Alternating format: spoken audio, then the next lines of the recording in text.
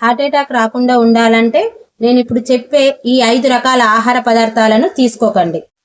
Number 1, fibre ఉన్న food, white rice, white bread, మైదాకు సంబంధించిన ఐటమ్స్ తింటే సడన్గా షుగర్ లెవెల్ పెరిగే అవకాశం ఉంది. దానివల్ల డయాబెటిక్కు దారితీస్తుంది. అలాగే గుండె జబ్బులు వచ్చే అవకాశం కూడా ఉంటుంది. వైట్ రైస్ కాకుండా బ్రౌన్ రైస్ తీసుకోండి. అలాగే రాగులు, సజ్జలు, జొన్నలు ఇలా దోశ పిండిలాగా చేసుకొని తింటే గుండె జబ్బుల అవకాశం తక్కువగా ఉంటుంది. నెంబర్ 2, డీప్ ఫ్రై ఐటమ్స్, అందులో బజ్జీలు, పకోడీ, ఆయిల్ ఐటమ్స్ ఏవి కూడా బయటవి తినకూడదు. ఇలా తినడం వల్ల రక్తనాళాల పొర దెబ్బతిని మనకు హార్ట్ వచ్చే అవకాశం ఉంటుంది. అందుకే జాగ్రత్తగా ఉండండి.